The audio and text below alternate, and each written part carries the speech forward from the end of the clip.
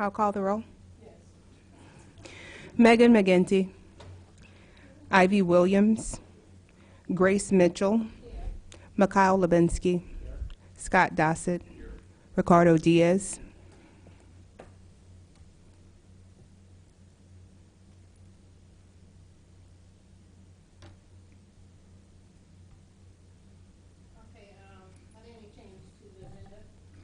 I would like to make a change. Since Ricardo is not able to make it, we need to change that from the old business. So we're not going to address number A in old business. Number A in old business, correct.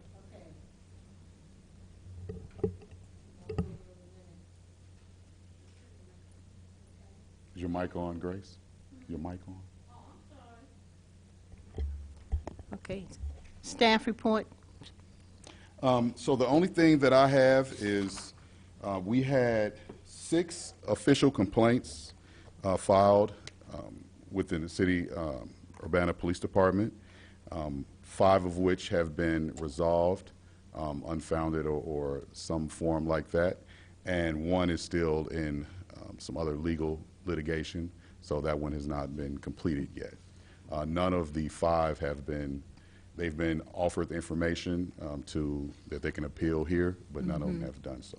Okay. And that's all I have. Can I have a question? Yes. So that's for 18 or the Yes. last quarter? That's from 2018. Okay. Now, will we get the spreadsheet type report at the end of the year that we're used to? I can't remember if we've gone through this. I was speaking to Todd about that actually today, and we have to work on the system because with the changing of who was in what place, the system has changed as well. So there can be a breakdown of what happened throughout the year as far as the complaints and things of that nature with like a number, not the actual people's information provided at the end of the year. Okay. Any other questions? Well, I just have just a quick note. I don't want to do this now, I don't think, but I've just got a couple of things I'd like to talk about as we near the end of the meeting. Just Okay. kind of toss out ideas I've had. So, All right. but new business, I guess, maybe add Yeah. a couple of things there. Okay. Any public participation? Carol, you want to participate? Okay. Okay. Old business. No old business? No business. Oh, boy. Okay, new business. All right. Scott?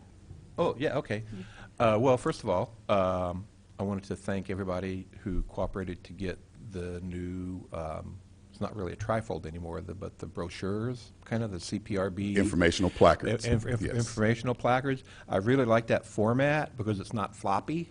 I mean, literally, if you hand it to somebody, they got to grab it from you. And it looked, pretty up to date in terms of content and stuff like that. So I appreciated that coming. And I'm sure we'll probably talk about this outreach event on October the 1st. Right. I don't know, maybe in your report you will that. That will be in the announcements. Yes. And so now, here's my kind of wild card.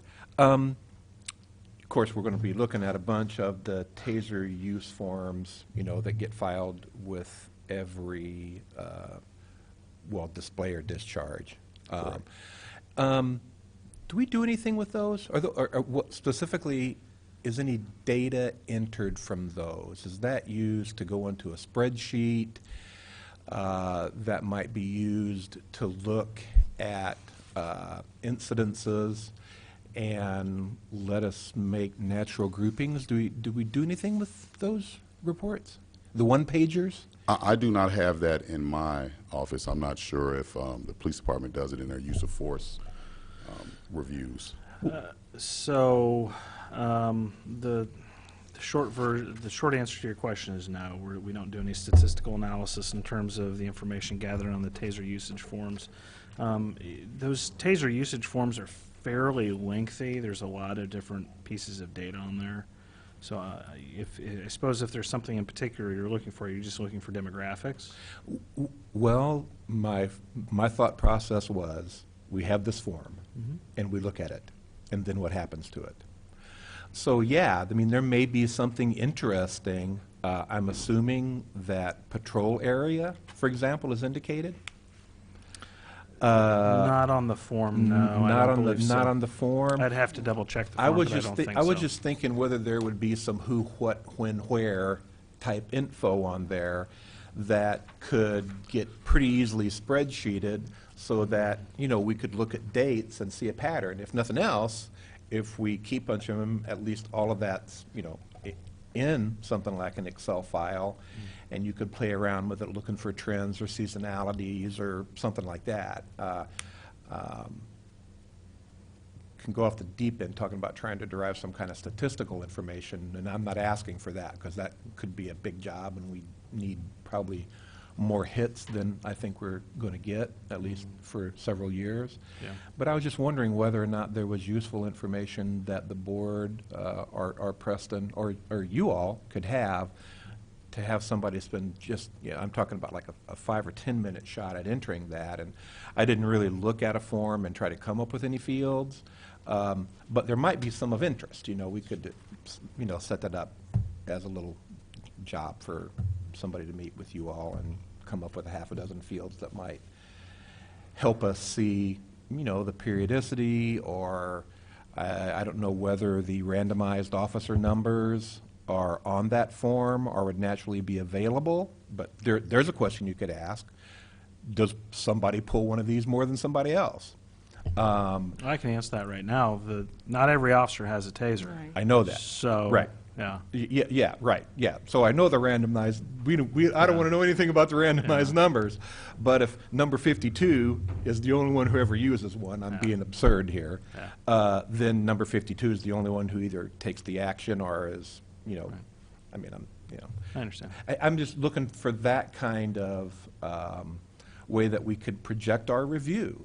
And I think, you know, doing what we do now with going through every video and all of the reports and reading so carefully, that's a good projection. But at some time, you know, can we distill that? And, you know, the thing we've got in the system so far that carries data is that form. And I'm just wondering if we want to think about if there's something in there that we could use. So, anyway, that's all I had. Okay. So, Grace. Okay, ready to move forward? Okay. Now, we're gonna look at taser utilization. Yeah, so I've got quite a few tonight. So one of the things we were discussing is whether or not we wanted to hold off on these or go ahead and let me kind of do my brief synopsis of each one of these so we can have that done, because otherwise I think the next meeting would be unwieldy, you know, in terms of volume. So I What's the think, pleasure of the people that are here? I guess for clarification, since we don't have a quorum and we can't actually do any business, what would it mean for us to review the cases today?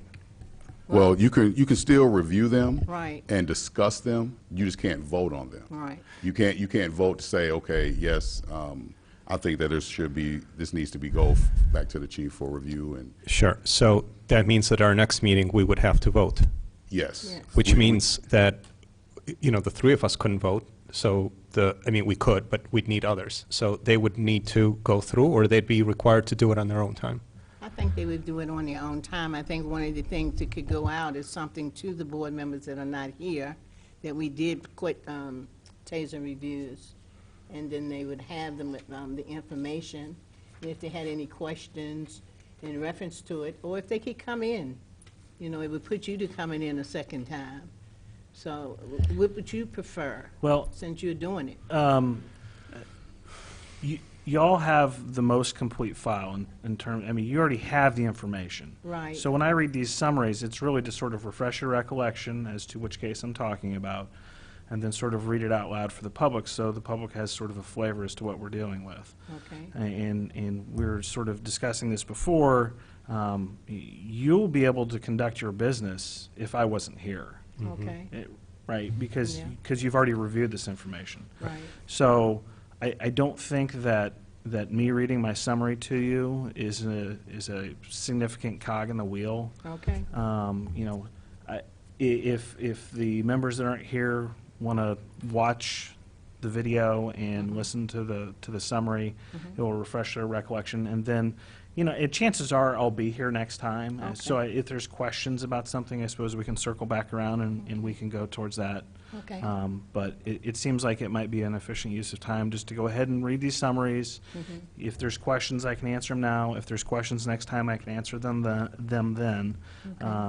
But I fear that if we put this off, then the meeting becomes excessively long, and you'll be tired of me talking to you about what happened. Okay. So that's kind of where I was coming from on the issue. Okay. Yeah, I think we should move forward. I mean, it will be up to the three of us to convince them that no changes to procedure are needed. I mean, that's kind of what this boils down to. And just so the public in the final knows, stage. you guys have access to a private server to review the videos and read the redacted reports prior to coming here, and actually after leaving, because it goes into the old files. Right. So, kind of like what you said, Michael, that you guys do it on your own time anyway, Right. to be prepared for today. So they would just not be participating in the formal aspect, but they still, if they did what you guys have done, they would have reviewed it already anyway. Okay. Sounds good. Okay. Okay. So, Okay.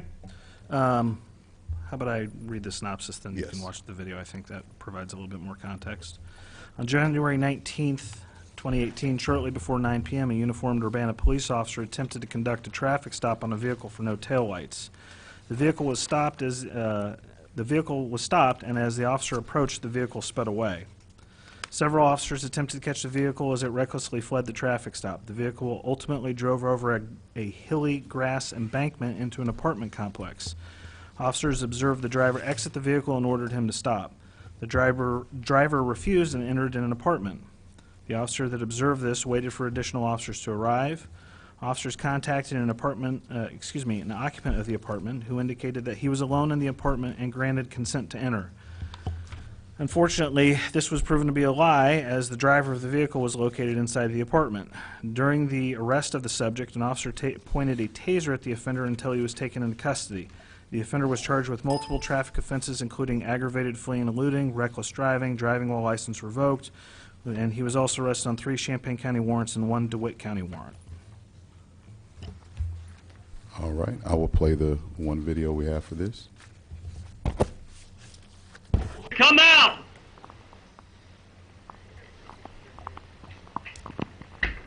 Urbana Police Department, come out with your hands up!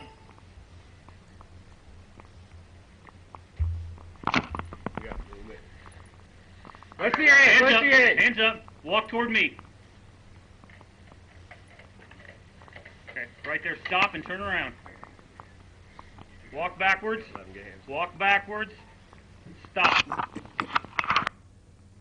So one of the things you'll notice is there's not a lot of video that's visible, and that's because the officer actually assumed a two-handed grip on the taser, effectively covering the camera. Okay. So I've addressed it with this particular officer. It's what I refer to as a training artifact. That's how we hold our pistols, and so that's the grip he's used to. And so it was just a training point for the officer and he and I discussed it. So, and those things do happen on occasion. Yeah. All right, the second one. Were there any questions?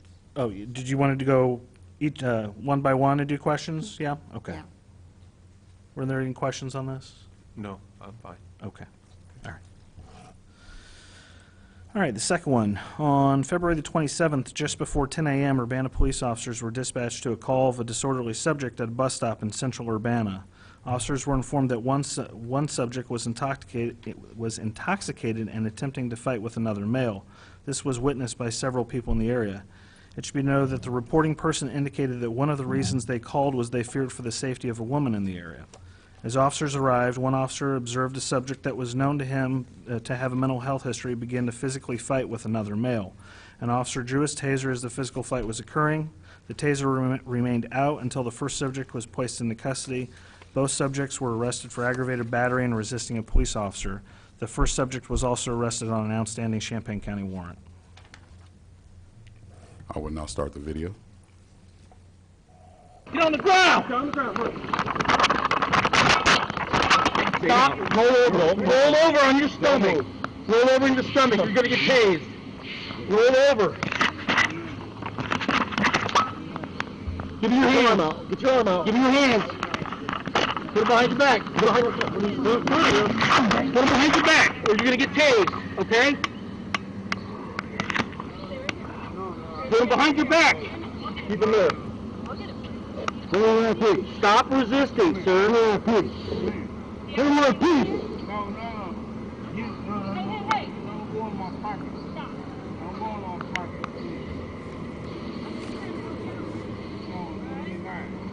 Are you okay? Are you hurt?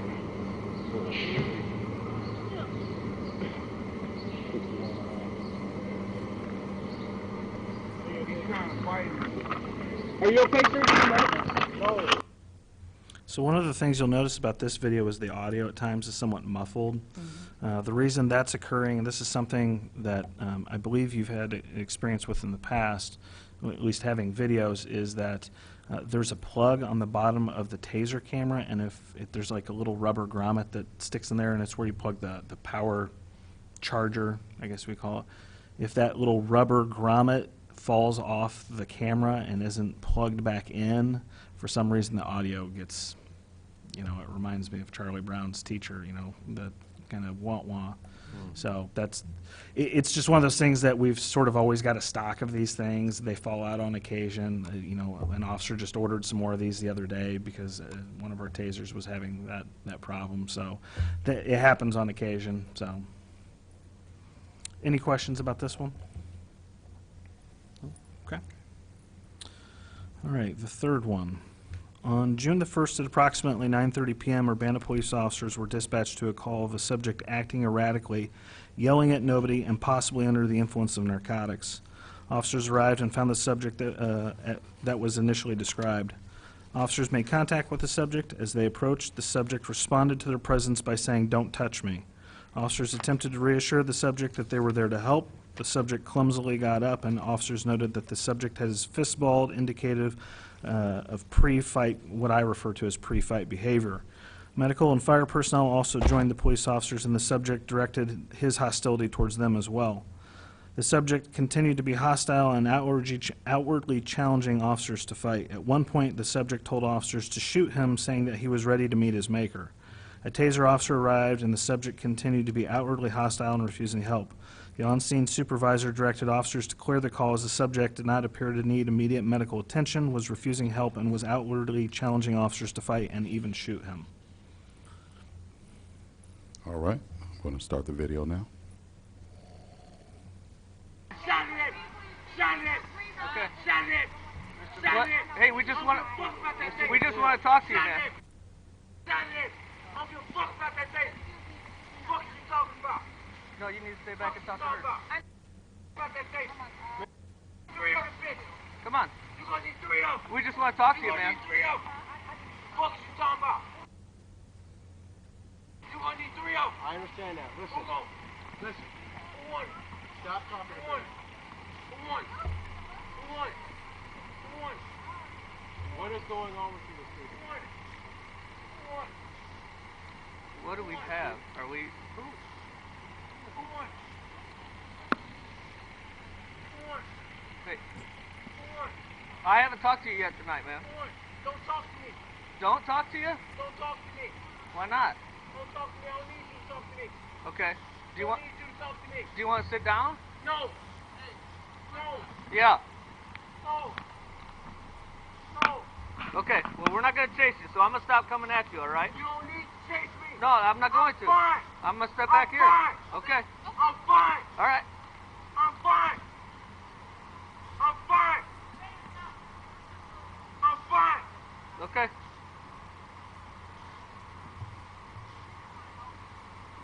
I don't need no help. I did. I did. I did. Is he gonna be I arrested? did. What's your name? Okay. I did. He keeps saying he wants to die, and I don't know if I there's a did. reference to fighting I us did. or to I did. but I don't think it's.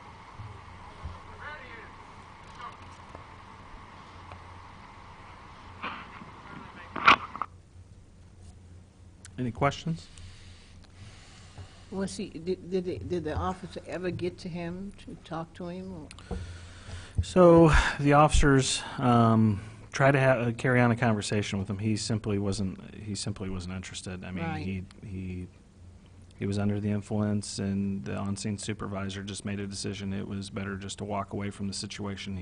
He wasn't in need of any obvious medical attention. There was Okay. I believe a family friend or a friend of him in the area that said that they tried to help him, but in lieu of getting into a physical confrontation, they just sort of pushed away from the table on this. Okay. Was there any concern or anything happened later on in Not- reference to him? Not that was indicated in the report, and I'm Okay. unaware of anything else. Okay. I appreciate the restraint that was shown here.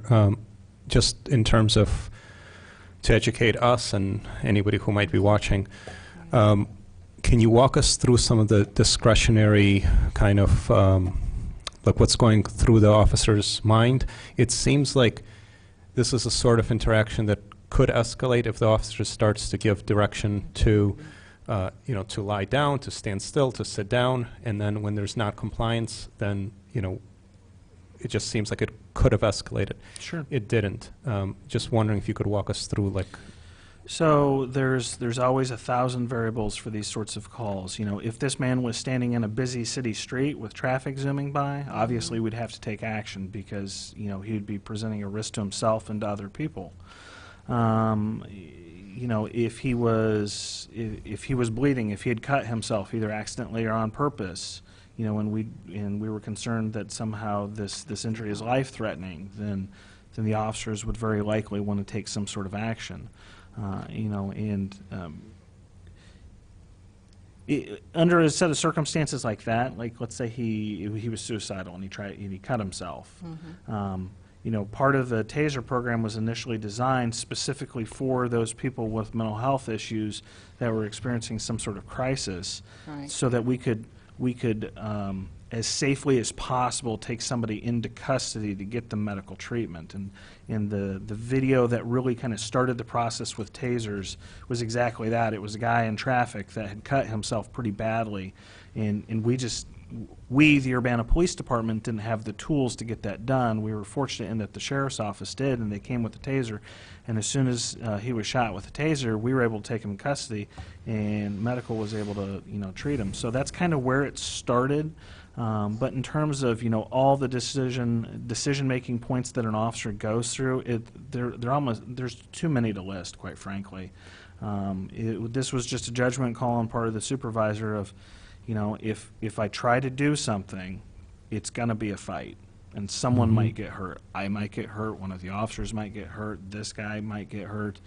And so there's that balancing act that the officers, or in this case the supervisor, had to make. Is cost-benefit analysis. Is it worth the price? And sometimes the answer is yes, and we have to take action. And sometimes the answer is no, and we don't. And in this particular case, the supervisor weighed it out and said, you know what, I'm not going to force this.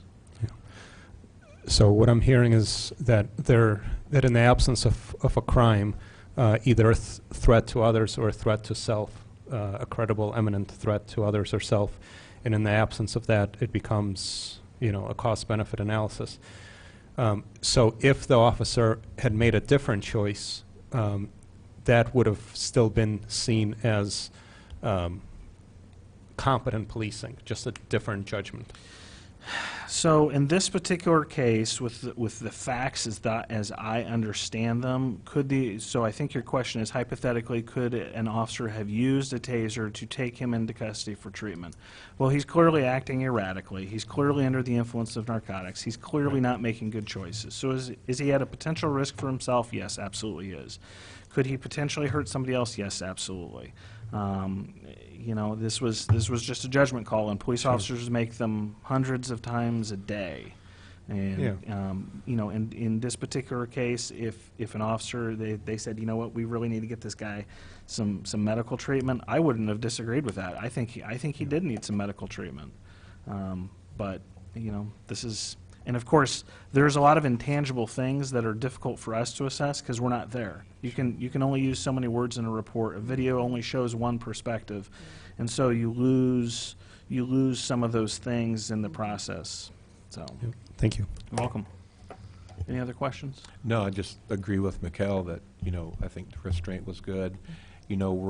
This officer has been, I don't want to say pushed, well, I guess I'll just say pushed to the point of drawing the weapon in the first place, right? So he's made that decision. And I think your explanation to me makes sense about how that's their call. It probably has a lot to do with whether there's the proximity of other assistants to him. Sure. There were no people in the background that I could see. I could hear voices, but the guy seemed kind of isolated in that lot. So it's that was a real interesting piece of tape. Yeah, So that thank one you. that one was a little bit different than what we've experienced. Any other questions? Okay. All right. The next one. On June 3rd, 2018, shortly after 5 p.m., Urbana police officers were dispatched to a restaurant in southeast Urbana for a report of a fight. Officers were told that a customer was fighting with an employee. Officers arrived and determined the offender had exhibited assaultive behavior towards employees after being unruly towards multiple employees and being ordered to leave. The store employee struck the offender in the face with a floor sign. A second subject with the offender forcibly removed the offender from the premises. Officers located both subjects nearby a short time later. One subject, later determined to be the offender in the original call, had physical injuries consistent with being struck by the sign. This same subject also smelled of alcohol, which he confirmed having previously consumed. The offender began exhibiting indications that he might flee the Terry stop. An officer positioned himself to cut off avenue for escape, which was immediately recognized by the offender. The offender then declared that he was going to beat the officer, assumed what was described as a fighting stance, and then made a quick movement which made the officer interpret it as the offender beginning to attack. The offender then backed away from the officer, claimed that he was scared of police, and then immediately began to threaten the two police officers present again.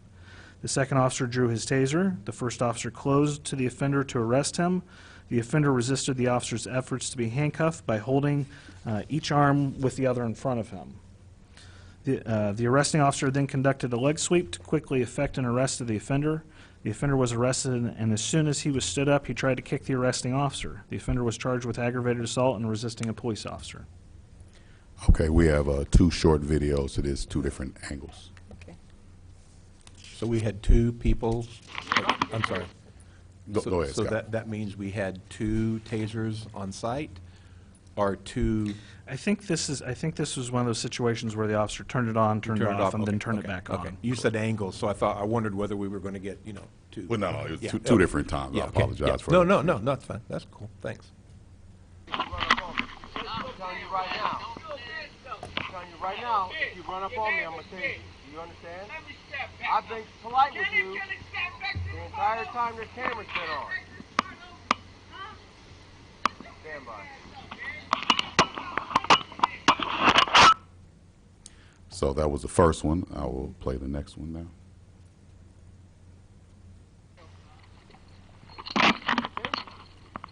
You understand? Stop. Put your hands behind your back. Hands behind your back.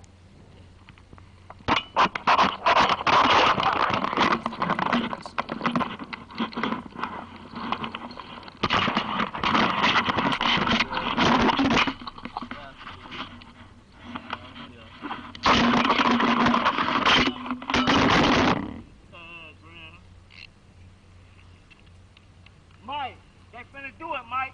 They finna do it, Mike. Mike, watch me, Mike. Record it. Mike, Yes, record it. please. Please, go ahead. Mike, make sure the camera shit is on the ground, bro. Any questions? No, I don't have any questions. Just trying to figure out what exactly was happening. The officer with the taser was assisting in a takedown? So the officer with the taser was covering the subject. The other officer went in to arrest him. You kind of saw that where he came around on the right side and was trying to get his hand behind his back. Sure. Because he was holding his own hands, the officer with the taser also close the gap to help affect that arrest. And so that was the kind of clunking around was the taser sort of bouncing Right. around. So he's And- holding the taser and with one hand and trying to assist with other. Right, and then he ultimately drops the taser, which is why the taser then is laying flat on the ground. So, because he wanted to use both hands to help him get his hands behind his back. It's a choice we have to make. Sometimes you have to keep something, and sometimes you have to get rid of it, so. Yep. Any other questions? Okay. Nope. Well, yeah. No, I'm not sure. The thing I noticed that at one point in time, the taser was aimed at him. Mm-hmm. So, in terms of the specific training that they get, I mean, it just seemed as if there was a chance for an accidental discharge there. I guess that's what I'm thinking. Right, so if you're. So would you have rather him have cleanly put it down and then effected the assist, or shut it off, put it in his pocket? Now that takes time. Sure. I guess the question becomes, at what point in time is the officer carrying the taser kind of debilitated because he's got this thing out now? And if that should become a concern. Sure. I mean, the same could be argued with a can of pepper spray or a baton. I mean, these are choices the officer made. The officer made the choice to pull the taser, which I believe, in my opinion, was appropriate. I mean, he was sort of outwardly hostile and threatening people, and had already had an issue at this restaurant. He was resisting arrest. And so the officer chose to get the taser out. I mean, he clearly chose that because there's a Sure. second video. Yeah. So he clearly made that choice, and he was closing the gap with the offender, trying to arrest him. So with respect to the officer's choice of tactics, I completely agree with them because, so let's say the first officer went in to arrest the subject, and he started punching him in the face like he sort of tried to do and sort of indicated before. The officer would have been able to then immediately deploy his taser, discharge his taser, whichever Yeah. D we're using, discharge his taser at the offender. Of course, then the subject resisted, and so the officer has to make the decision: do I leave the taser out, so I have that as an option? Do I go hands-on to help with the arrest? So, yeah, I mean. I've had it happen before where I get something out and then all of a sudden it's in the way, and then other times I don't get something out and boy, I wish I really had it in my hands. And so, with respect to fear of an accidental discharge, yeah, I mean we don't want to accidentally tase somebody. Has it happened in the existence of tasers before? I'm sure it has. So, yeah, Unlike a sidearm, though, you've got maybe, 50, 75 feet that thing will go? So we've got 25-yard cartridges. 25-yard cartridges, okay, so Yeah. 75. Yeah, Okay, but okay. at 25 yards, in my opinion, they're ineffective because the spread is too much. Yeah, right. Again, the Yeah, dots. So. Yeah. You wouldn't want to hit somebody with an errant one, though. No. Even if it's just one, Yeah. hit a bystander. Sure. But the field was clear, and, that didn't happen. Yeah, Yeah. okay. Anything else? No? Okay. Let's see. On June 16th at approximately 4:30 p.m., Urbana police officers were dispatched to a report of a suicidal subject in northeast Urbana. Officers learned that the subject had called a psychiatric hospital in another state and threatened suicide specifically by stabbing himself. Officers contacted the subject on the telephone and ultimately learned that he was at a motel and he would meet with officers outside. Officers approached the hotel, observed the subject in the doorway of a room. The officers made contact with the subject and found that he had one arm behind his back, which he ultimately showed the officers. Officers learned that the subject had been diagnosed with schizophrenia and prescribed medication. Based on the subject's behavior, more officers were summoned to the scene. When they arrived, the subject retreated into the hotel room, slammed the door shut. Officers attempted to force the door open but were unsuccessful. An officer then entered through a window, unlocked the door, and then forced open the door to the bathroom where the subject was hiding. The subject was ordered out of the bathroom, and an officer covered the subject with a taser while he was being taken into custody. The subject was transported to a local hospital on an involuntary petition.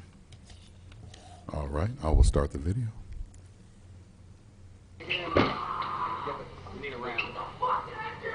Come out! Out! Please!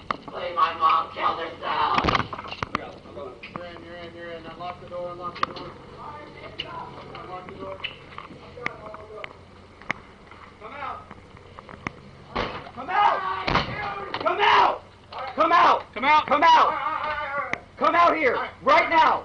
Right now! Slowly walk out! No, it's cool. No.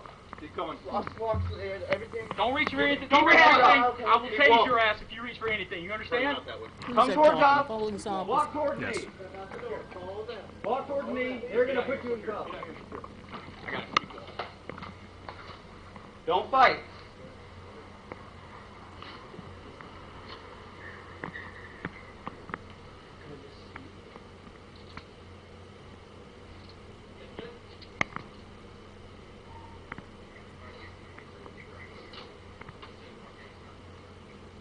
Is he secure? Any questions? Yep, I do. Yes, ma'am. You know, this was a call for somebody that was suicidal. Mm-hmm. Okay, and of course, did you know their demeanor is going to be whatever it is for somebody that's in crises? Mm-hmm. It appeared that the police was a little, I'm not saying he should have been meek, but handling a little less aggressively. Mm-hmm. It appeared to me to be kind of aggressive. Sure. Would he tell him, if your ass moves? I heard something in there, some comment he made to the boy. I think that in dealing with somebody with, who's mentally ill or dealing with in crisis as far as suicide, I think tone has a lot to do with how you deal with them. You know, so he wasn't being acting out or resisting arrest or doing anything. He was just shut in a room, right?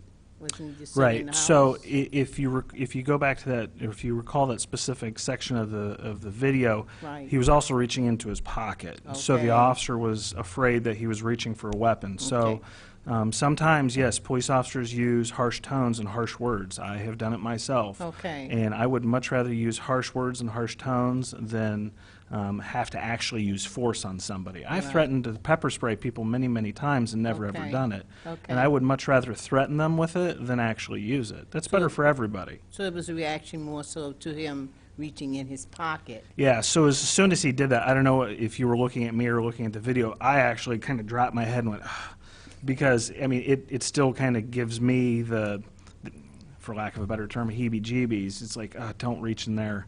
Because, you know, so many when things can happen when Right. people start reaching in I places agree, they I shouldn't agree, be. I agree. So I understand exactly what Okay. you're talking about. You know, tone is important with people, especially in mental health crisis. Right. But the most important thing right then was to protecting get the him life. secured in handcuffs. That's Okay. best for everybody. But I Okay. think your point is well taken. Okay. Yeah.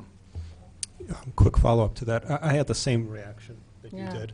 I saw that he reached into his pocket, so it made sense that everybody would, sort of escalate at that point. My concern was actually a few seconds earlier when the instruction was to come out of the bathroom. I'm not sure exactly how it was worded, and that was also like pretty severe. Firm. Yeah. And again, like just because of the mental health issue, and part of schizophrenia is, you don't have the same connection to reality, and the way, and I know that the risk of violence, might be higher because people aren't predictable, but also inside their bodies, they're terrified. And so just that interaction, just at that point, I wish had gone a little bit differently. Sure. I understand what you're talking about. And I think there is one point that should be also recognized. And as soon as he was in handcuffs, the officers were immediately very calm. So, tone is important. The firmness of your voice, the firmness of your presence is important. And oftentimes, police officers get cooperation and compliance through physical presence and tone and, sort of having an air of authority with the uniform and with the badge and all those different aspects. So, I think your commentary is valuable. And fortunately, in this case, everything worked out and he got the help that he needed. So, Thank any you. other questions? Was there a shooting recently? I just have a question. Was there a shooting where somebody got shot in the legs here in Urbana recently? You're going to have to be more specific. It's been kind of a crazy summer. You know, but it's some positives on this, because I heard that the way it was handled, he was shot in the leg. Oh, okay, As yeah. opposed to Yeah, you're- immediately deciding to shoot him in the chest or Yeah. kill him or Okay, whatever. so I believe what you're referring to is the officer-involved shooting involving the sheriff's office and the U of I Police Department. Yeah. Because I'm part of that investigation, I can't discuss it. Okay, but what I'm saying, Yeah. I heard positives about the outcome Sure. and, you know, that it Yeah. could have ended up differently, like we hear in the news about police and Sure. people, and where you could wound them instead of kill them. Right. So I heard positives about Yeah, that. I appreciate it, and I'd like to sort of get into the nuts and bolts of that, but Mhm, again, that's I'm part okay. of that investigation. It That's would be okay. inappropriate for me to discuss, and it is still an active, open I just investigation, so. wanted to tell you, Yeah. you know, I've heard very positives I out appreciate there. that. Well, thank you. So, you Yeah. don't get that too much, but I have heard some positives. Occasionally. Yeah. It seems like only when I come here. All right. Any other questions? No. Okay. All right. On June 17th, at approximately 6:20 p.m., Urbana police were dispatched to report of a 911 call. The caller reported that she needed help and hung up. A search of the history related to the address where the call came from revealed a previous history of domestic disputes. Officers arrived and heard a female crying for help from inside the apartment. Officers made verbal contact with this female crying for help and another female from inside the apartment. The second female refused to open the door for the police despite multiple demands for entry. The door was ultimately forced open and multiple officers entered the apartment. During the course of securing the apartment and occupants, a taser was pointed at one of the subjects inside. Okay, we have 3 different videos to this. I'll play the first one now.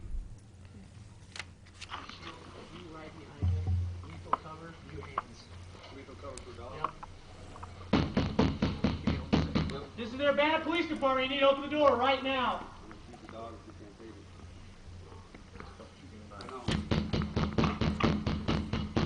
This is the Urbana Police Department. Open the door right now. It's your final warning.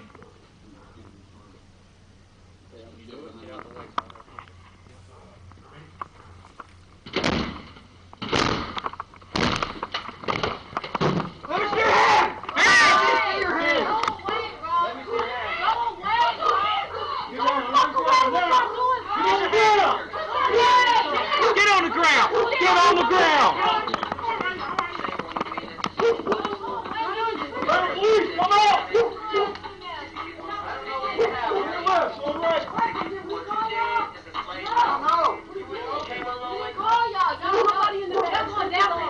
Stay where we're at. Well, I heard a female saying help. I can't say help. Y'all will play the second one now. Help me! I'm passed out. I just got back up. What the fuck? Y'all going down? Champagne police just went down for doing this shit. That last year that's all moved over here. Y'all going down. Fuck wrong. I will now play the third one. Help me! I'm passed out. I just got back up. What the fuck? Y'all going down? Champagne police just went down for doing this shit. That last year that's all moved over here. Y'all going down. Fuck wrong with y'all? I'm gonna keep the taser on the dog, okay? Go ahead, just in case it busts out of this cage. You're okay, pup. You're okay.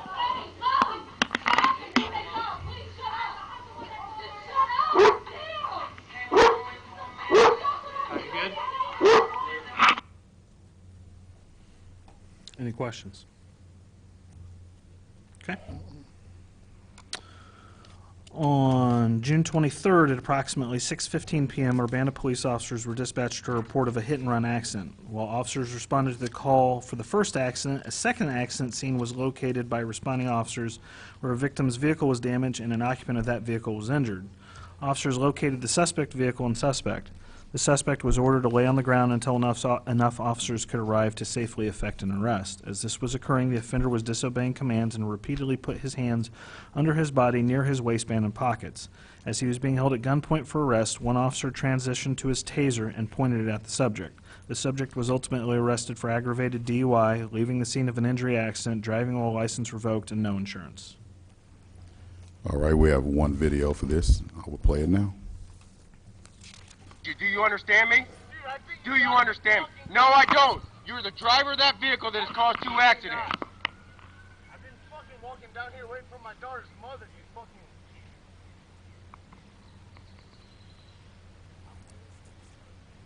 I understand what you're telling me, but I have multiple witnesses to put you in that car. And if you move, I'm going to tase you. Do you understand me? I understand what you're saying, Brian. Absolutely understand. I've asked you multiple times not to move and to cooperate. You know who I am. I'm with the Urbana Police Department. And I've asked you multiple times not to reach in your pocket and to stay on your stomach. Put your hands out to the side. Do you understand me? We can discuss that in a minute, young man. But for now, no. Do not get up!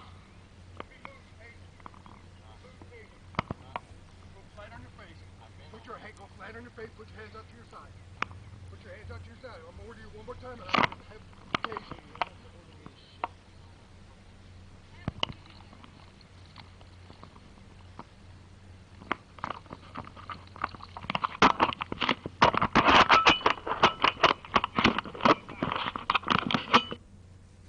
So you saw that training artifact again. Just the two-handed thing again. Two-handed grip.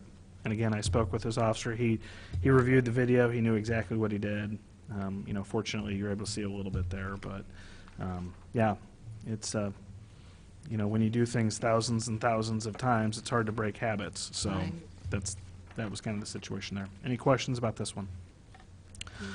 All right, and the last one I've got an administrative note on this one. So this one was actually, you're probably looking at it and going, well, this report looks a little bit different than the others because there's no cover sheet to the report, what I refer to as a face sheet. The face sheet was on a burglary to a storage unit, and there were lots of pages of police reports because it wasn't just one storage unit that was broken into, it was multiple.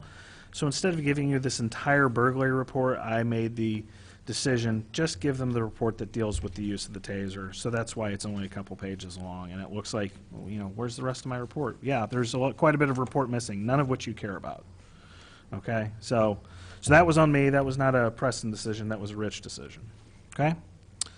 On July the 3rd at approximately 3:30 p.m., Urbana police officers were dispatched to meet with a victim of a previously reported storage unit burglary. Responding officers knew that the victim's storage unit had likely had a lock placed on it, placed on the storage unit to safeguard the unprotected storage unit. As officers were dealing with the victim of the storage unit, a male who was with the victim but had no standing in the burglary, as he, sorry, I lost my place, but had no standing in the burglary, was present. He claimed he had no property inside, which is why why he had no standing. Anyhow, this officer became upset with the responding officer because the storage unit had been locked with a padlock. The male then began to accuse the storage owner of actually committing the burglary and telling officers how to conduct the investigation. The male, who is well known to police officers for his outwardly hostile conduct on previous occasions, continued to get increasingly more upset while now claiming he did not have, while he did have property inside the secured storage unit. And as officers were unsuccessfully discussing the situation with the male, the subject walked towards them, quote, in an aggressive forward movement. One officer removed his taser and lowered it to his side. He did not turn on his camera. The officer gave the subject's commands to leave, and the subject left. So there is no video for you to review because the officer didn't turn it on, which I also discussed with him. And he said, I know. As soon as I got back, I knew I didn't turn it on. So there is no video. I thought the video turned on automatically when the No. when the equipment is taken out of the holster. No. There's a manual safety that has to be deactivated. That activates the taser so it can be used, and it turns on the camera at the same time. So because the officer had it pulled out and didn't flip that safety, he couldn't have used the taser. He was just displaying it. So now there's an automatic shut-off when, and I think you've noticed it in some of these videos, you can see they're kind of putting it back into a holster and it shuts off. There's an automatic shut-off feature there, but that actually flips that little safety. So doing it the other way would mean as soon as he drew it, it would be fireable. And I guess that the safety is meant to go through one more step before the thing can actually be discharged. Correct. And that- it would be nice if the auto-on feature would work in terms of the video and stuff, but, you know, I don't know how sophisticated these devices The get. technology exists, but not with the cameras that we have. Taser with It's called Axon now, actually. They changed their name. Axon has body-worn cameras, and they probably through Bluetooth connect to the taser. And so there's some connectivity between the two. So, but that's not what we have. We have this, for lack of a better term, dumb camera. It requires to be turned on through the use of a safety. It's the battery for the taser. So the taser can't be used unless the camera's on. So there's not going to be a discharge unless the camera's on Right. for our tasers. So did she ever get into the storage unit? So the officer did provide service to the young lady. She reported that some items were missing, and the property owner had put a padlock on to safeguard her property. But of Right. course, they were upset that they couldn't get in, and the storage unit owner wasn't there. That was the problem. Who was the guy? A boyfriend or something? Yeah, Okay. yeah. Any questions? No? That's all I've got.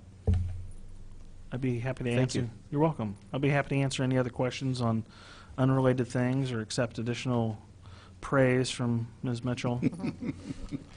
No? You're done? Pat on the back, That's enough? stroke, Okay. ego, You did anything. good. Thank you. Till next time, I suppose. Absolutely. Okay. Any announcements? I'll let you guys go first if you have some. Okay. Well, the only announcement I have is, so the City of Urbana will be conducting a facilitated community police discussion on Wednesday, August 1st, 2018, at 6 o'clock at the Urbana Civic Center. This is going to be a follow-up discussion to the meeting we had in January, where we had a facilitated discussion about the traffic stop data and police contacts. This one, the Urbana Police leadership will be attending. They did not attend the one in January. They will come and provide some responses to some of the information that we received, that we gathered from the January meeting. Then we will discuss a couple other things, one of which has to have risen to the top of the food chain will be our gun violence. So. I was going to bring that up, I plan to attend, I thought it would be good if some of us actually showed up there, for parent sake, we wouldn't be a part of the presentation. And I think it would be something that if some of us could come, would be, I know our plans would be there. Absolutely. So again, it is going to be Wednesday, August 1st, 2018, from 6 to 8 p.m. at the Urbana Civic Center, which is located at 108 East Water Street here in Urbana. There will be light refreshments available at 5:30. It would not be the plethora of food we had last time that we had to give away. It'll be something, refreshment. And you're more than welcome. Anybody in the, it's open to the public. So that's my announcement. Can I have comment? Absolutely. I don't see why we're not formally involved. In this meeting, Yeah. because if you were formally involved, it would be, we'd have to record it, take minutes. This is more of a community meeting discussion. Yeah. Well, yeah. Oh, I understand. I mean, I was at the last one. Right. And we set through, I mean, I like the way that format worked. I don't know if you guys are going to repeat that kind of round table sort of and then get back sort of Yes, thing. kind of thing, right. But I was really frustrated when I left because a lot of people were griping about what the police do. Mm-hmm. And no member of staff, and everybody from the mayor on down was there, mentioned the fact that we have a review board. Mm-hmm. Didn't you end up with a lot of questions to the review board if we're there? Well, I mean, you're going to have you're going to have the whole command structure there. So, I mean, you could grill Searles for 45 minutes too. I mean, I'm just throwing out the idea that you probably have members of the review board who are articulate enough and schooled enough in presentation to be able to stand up and hold your brochure with their CPRB pin on and introduce the concept of the board itself to the public that are attending. So that's just food for thought. Scott, you are more than welcome at any time, at any place that allows you to announce the CPRB and what it does, Right, and but- provide information. Yeah, but Preston, there's a big difference between that and the review board being integrated into this kind of public outreach. And you and I have talked about the fact that we really don't have a ordinance mandate for public outreach. So, I mean, we don't need to go over that again. You know, I mean, I for one would volunteer if able. Right. And I will be attending this meeting, to be a little bit more strapped into the saddle with you guys when you go out like this. Okay. That's my comment. One of the things, we need to keep abreast of things that are going on in the community. Taste of Champagne is getting ready to start. Initially, we had started doing some things. We would attend events where they were having in the community. We would either have a booth or a table or something to kind of tell them what we were doing. So we need to think about what we're going to do as far as outreach, being out there in the community, because we haven't done it in a while. So Yeah, and that's one of the reasons I'm making this point now, is because we have a canned opportunity for people who have, you know, complaints to be there. And I just wish we could have got pushed out on the first one, and so I'm going to say I wish we could get pushed out a little bit more on this one, that's all.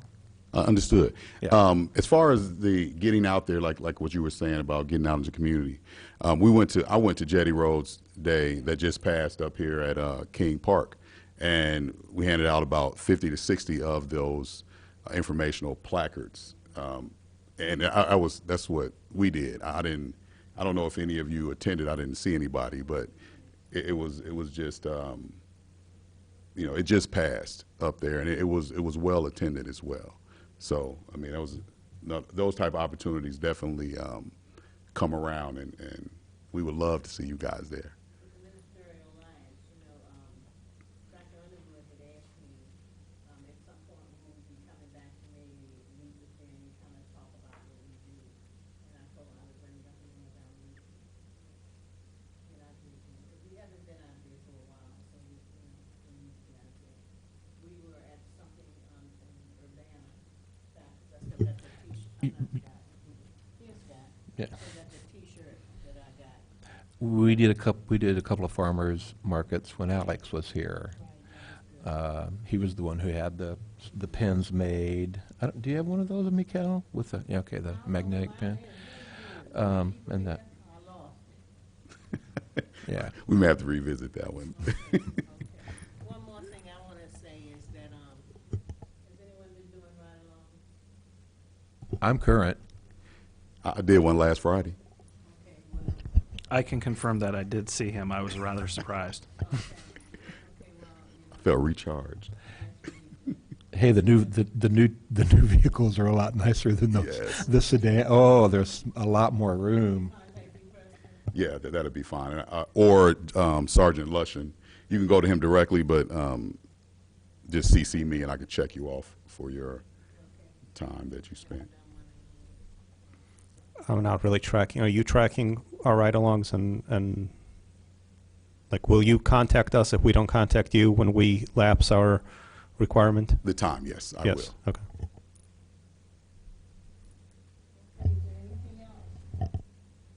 Just thanks, Preston. Yes, thank you, and let's talk later about the other thing. Oh, You're always welcome. So with I have just one thing. With not having quorum, do we need to at least make the statement about the no policy changes or policy changes, even though you can't vote? Didn't we kind of agree that we had to do that when we had a quorum? Next Right. time But- we'll but go through that. just- I didn't know if it needed to be stated, because that's kind of what we spoke about before we started. Yeah. pieces, will be tabled into our next meeting. Yes. Yeah. Thank you, Preston. Thank you all. All right, Grace? Okay, can I get a motion for adjournment? Second. All right. All right.